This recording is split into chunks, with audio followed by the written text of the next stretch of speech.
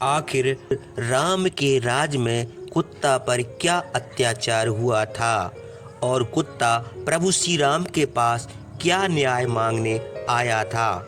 यह कथा बड़ी रोचक और ज्ञानवर्धक है। इस कथा को पूरा सुने एवं अच्छी लगे तो अपने दोस्तों को शेयर करें। एक बार रामचंद्र राजसभा में बैठे थे।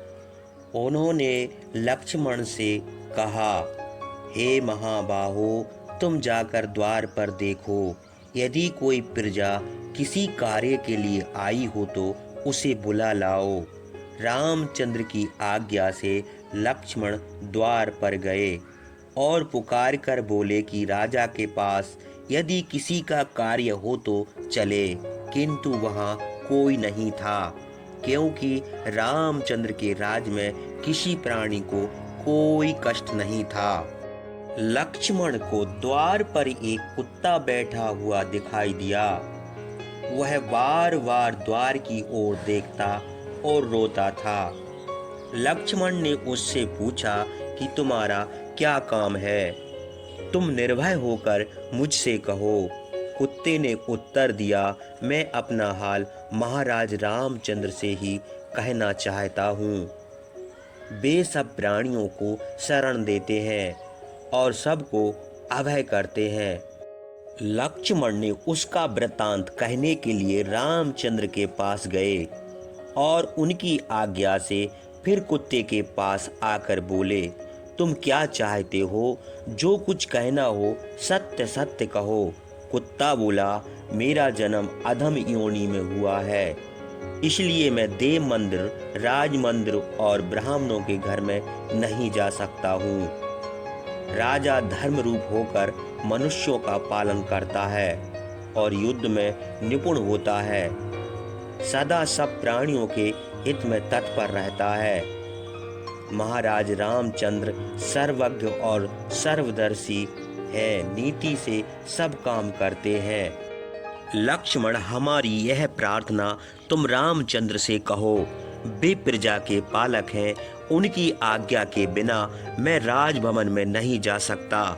लक्ष्मण फिर जाकर रामचंद्र से बोले, हे महाबाहु, एक कुत्ता किसी कार्य के लिए आया है, वह आपके द्वार पर बैठा है। रामचंद्र ने उत्तर दिया, जो कोई भी कार्य के लिए आया हो उसे तुम शीघ्र बुला लाओ। रामचंद्र की आज्ञा से लक्ष्मण उस कुत्ते को सभा में बुला लाए। उसे देखकर रामचंद्र ने पूछा, तुम जो कुछ कहना चाहते हो निडर होकर कहो, तुमको कोई भय नहीं है। कुत्ता बोला, राजा सब प्राणियों का पालन करता है और धर्म की रक्षा करता है। जो राजा ऐसा नहीं करता शीघ्र नष्ट हो जाती है। राजा सब प्रकार के भय समूह को दूर कर सकता है। यही समझकर मैं आपकी शरण में आया हूँ। मेरा जो कार्य है वह सुनिए। सर्वार्थ सिद्ध नामक एक भिक्षुक ने मुझे एक डंडा मारा है, यद्यपि मैंने उसका कोई अपराध नहीं किया। रामचंद्र ने दूत को भेजकर उस भिक्षुक को भी बुलवाया। भिक्षुक ने सभा में आकर रामचंद्र से कहा, महाराज, मुझे क्या आज्ञा है? रामचंद्र ने उससे पूछा, तुमने इस कुत्ते को डंडा क्यों मार दिया? इसने तुम्हारा क्या अपराध किया था? देखो, क्रोध बहुत बड़ा शत्रु है, बड़ी पैनी तलवार है। क्रोध सब गुणों को नष्ट कर देता है। क्रोध करने से तपस्या, यज्ञ, दान और सब धर्म नष्ट हो जाते हैं, इसलिए क्रोध को त्याग देना चाहिए। रामचंद्र के यह कहने पर ब्राह्मण ने उत्तर दिया, महाराज, मैं भिक्षा मांगता हुआ घूम रहा था, किंतु मुझे भिक्षा कहीं नहीं मिली थी। यह कुत्ता मार्ग में खड़ा था, मैंने कई बार इस हटाया।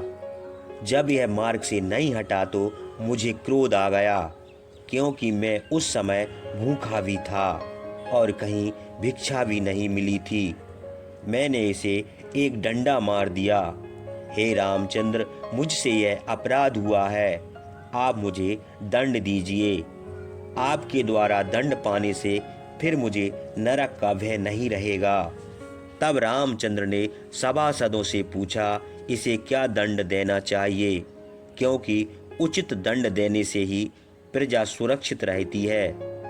रामचंद्र के यह पूछने पर भृगु, अंग्रस, कुत्स, वशिष्ठ और कश्यप आदि मुनियों तथा मंत्रियों ने उत्तर दिया, ब्राह्मण को प्राण दंड देना शास्त्रकारों का मत नहीं है। इसके सिवा और कोई भी दंड दिया जा सकता है। महाराज, आप राजदंड के ज्ञाता हैं, सबके शासक हैं। आप सनातन विष्णु और सर्वव्यापी हैं। आप तीनों लोकों का शासन करते हैं। आप जो उचित समझे इसे दंड दीजिए। मंत्रियों के यह कहने पर कुत्ता बोल उठा, हे रामचंद्र, यदि आप मुझसे संतुष्ट हैं, यदि आप मुझे वरदान देना चाहते हैं, क्योंकि आपने मुझसे पूछा था कि तेरा क्या कार्य करूं, इसलिए हे महाराज, मैं आपसे यह प्रार्थना करता हूं कि आप इस ब्राह्मण को कुलपति बना दीजिए। कालंजर देश में कुलपति के पद पर इसका अभिषेक कर दीजिए। रामचंद्र ने उसकी बात मान ली। उस ब्राह्मण को कुलपति बना दिया। वह हाथी पर सवार होकर बड़े हर्ष से कालंजर देश को चला गया। तब मंत्रियों ने हंसकर रामचंद्र से पूछा, महाराज, आपने तो इसे दान दिया है, इसे हम लोग दंड नहीं कह सकते। रामचंद्र ने उनको उत्तर दिया, आप लोग इस मर्म को नहीं समझ सकते। यह कुत्ता इस बात को जानता है। रामचंद्र के पूछने पर कुत्ते ने कहा, मैं भी पूर्व जन्म में कुलपति था, ब्राह्मण और देवताओं की पूजा करता था, उनसे बचा हुआ अन्न खाता था, देव द्रव्य की रक्षा करता था, सबका हित चाहता था, सुशील और विनीत भी था। इन सब गुणों के होने पर भी मैं इस अधम गति को प्राप्त हुआ हूँ। यह क्रोधी ब्राह्मण भी अंत में ऐसे ही अधम गति पावेगा। हे रामचंद्र जी, जो मनुष्य क्रोधी, कठोरभाषी और अधर्मी होता है, वह 7 पीढ़ी तक के पूर्वजों को और 7 पीढ़ी तक के वंश में होने वाले को नरक में ढकेलता है। महाराज, जिसे पुत्र बांधवों सहित नरक में गिराना चाहे, उसे देव मंदिर, गौशाला अथवा ब्राह्मणों के धन का रक्षक बना दें। जो पुरुष ब्राह्मण, देवता, स्त्री अथवा बालक का धन या दान किया हुआ धन हर लेता है, उसे नरक में अवश्य जाना पड़ता है। देवता और ब्राह्मण के धन को हड़प लेने की इच्छा से ही मनुष्य अधम हो जाता है और नरक में गिरता है। वह कुत्ता पूर्व जन्म में बड़ा बुद्धिमान था। इस जन्म में कुत्ते की जाति होने के कारण दूषित हो गया था। उसकी यह बातें सुनकर रामचंद्र को बड़ा विस्मय हुआ। कुत्ता वहां से काशी को चला गया।